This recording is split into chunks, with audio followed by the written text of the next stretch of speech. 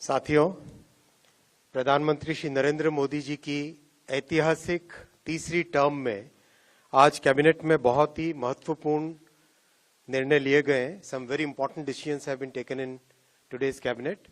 I'll present 5 important decisions in this briefing. मैं आज की इस ब्रीफिंग में 5 important decisions आपके सामने रखूंगा. आप सब जानते हैं कि प्रधानमंत्री श्री नरेंद्र मोदी जी किसानों को, अन्नदाताओं को हमेशा एक प्राथमिकता देते हैं. अपने नए कार्यकाल में जो सबसे पहला डिसीजन लिया, वो डिसीजन भी किसानों के हित में लिया गया था. आज की कैबिनेट में ऐसा ही एक बहुत महत्वपूर्ण फैसला लिया गया है. In today's cabinet also one very important decision has been taken regarding the welfare of farmers. Kharif season start हो रहा है.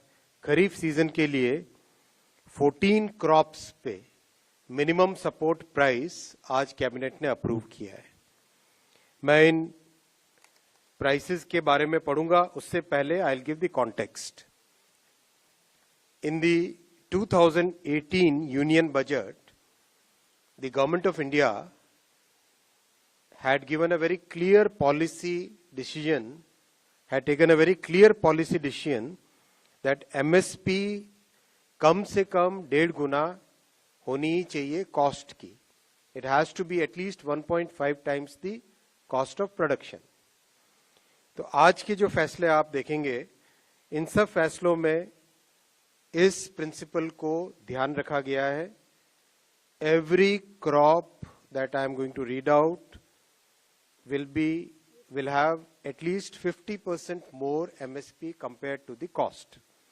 और कॉस्ट को निकालने का भी बहुत ही साइंटिफिक तरीका है. इसका एक मैकेनिज्म है. CACP के द्वारा देश भर में कई तहसीलों में, कई जिलों में, कई विलेजेस में जाके स्टडी किया जाता है. कॉस्ट ऑफ प्रोडक्शन, सारे फैक्टर्स को लेके स्टडी किया जाता है.